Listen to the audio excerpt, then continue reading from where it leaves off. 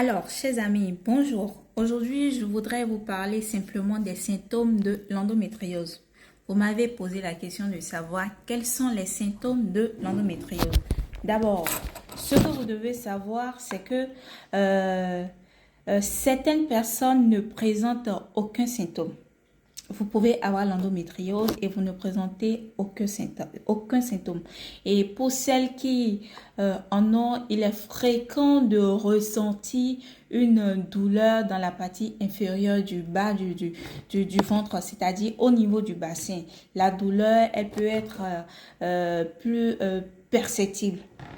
Alors, quand je dis ça, qu'est-ce que vous devez comprendre par là? C'est-à-dire, au moment des règles, pendant ou après les rapports sexuels, au moment de déféquer ou d'uriner, certains peuvent ressentir ces douleurs énormes, ces douleurs qui font terriblement mal. C'est ce que je veux dire par là.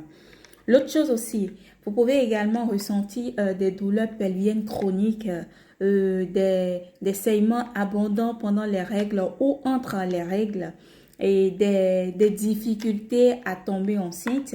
C'est de là qu'on parle de l'infertilité, des ballonnements, des nausées, c'est-à-dire vous mangez, vous ne digérez pas, vous avez toujours le ventre gros, vous ne comprenez pas ce qui se passe, vous avez comme l'impression que vous êtes enceinte, vous vous demandez mais qu'est-ce qui ne va pas concrètement?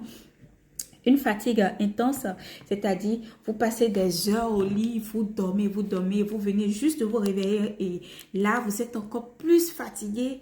Or, le sommeil est censé vous permettre de vous retrouver. Donc là, c'est que vous êtes tellement fatigué dans votre peau, une fatigue intense, répétitive et chaque jour, la fatigue s'intensifie. Une dépression ou l'ancienneté, j'en avais parlé hier, et ça fait partie des effets secondaires. La dépression ou l'ancienneté fait partie également des effets secondaires de l'endométriose sur la santé de la femme. Alors, l'autre chose, l'autre chose que je souhaiterais vous dire, c'est que les symptômes s'atténuent souvent après la ménopause, mais pas toujours. Ce n'est pas chez tout le monde. Ça dépend. Ça dépend du cas de chaque femme. Certaines ont la chance, c'est-à-dire dès qu'elles atteignent l'étape de la ménopause, c'est-à-dire l'âge de la ménopause, elles ne règlent plus. Les symptômes s'atténuent, elles peuvent avoir la chance de ne plus avoir cette maladie-là. Par contre, il est important de savoir que les symptômes ne sont pas les mêmes.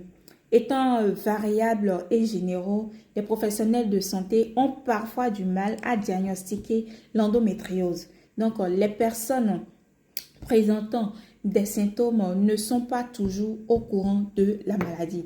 Alors, si vous êtes quelque part et que vous avez quelqu'un avec qui vous êtes, ou si vous êtes femme et vous ressentez ces symptômes, tout ce que je viens de citer, c'est-à-dire des douleurs intenses au moment des règles, c'est-à-dire à chaque fois que vous avez des règles, vous ressentez ces douleurs-là. Pendant ou après les rapports sexuels, si vous ressentez des douleurs, ça peut penser à croire que c'est l'endométriose. Au moment de déféquer ou d'uriner, vous avez horriblement mal ou même c'est après avoir uriné que vous ressentez énormément de douleurs comme ça, des douleurs pelviennes chroniques, des saignements abondants pendant les règles ou entre les règles.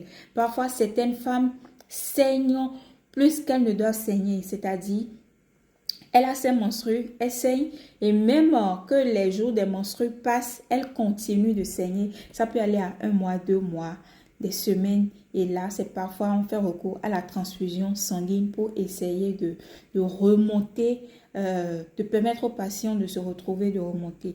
Alors, vous avez des difficultés à tomber enceinte, ce qui peut faire penser, fait penser à l'infertilité qu'on peut également traiter, c'est-à-dire vous pouvez souffrir de l'endométriose et tomber enceinte et il vous faut juste un peu plus de patience, un peu plus de courage, un peu plus de détermination et un peu plus de suivi pour pouvoir y arriver. Et pour ça, il faut chercher à avoir le bon conjoint. C'est très important. Si vous n'avez pas un bon conjoint, vous n'allez pas pouvoir y arriver parce que c'est des rendez-vous sur rendez-vous à l'hôpital, c'est énormément de produits, c'est beaucoup d'interdits, c'est beaucoup d'actions, c'est toute une synergie d'actions et il vous faut quelqu'un qui vous comprend vraiment pour pouvoir vous accompagner.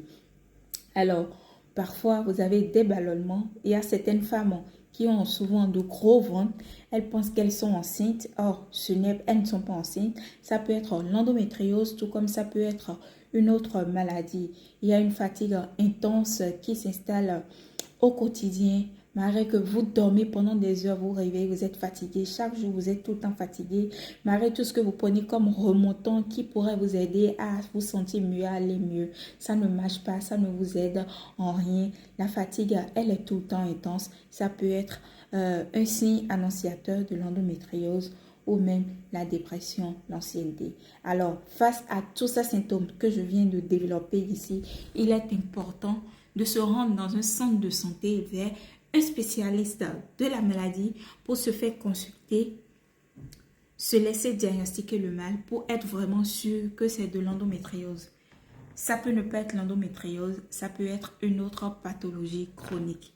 Alors, chers amis, si vous vous retrouvez dans tout ce que je viens de citer ou vous avez quelqu'un dans votre entourage qui se retrouve dans tout ce que je viens de dire, demandez simplement à cette personne de consulter l'ONG Endo Espoir via nos canaux.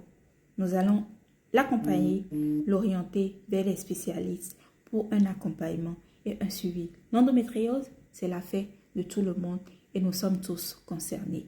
Ensemble, luttons contre l'endométriose au Bénin.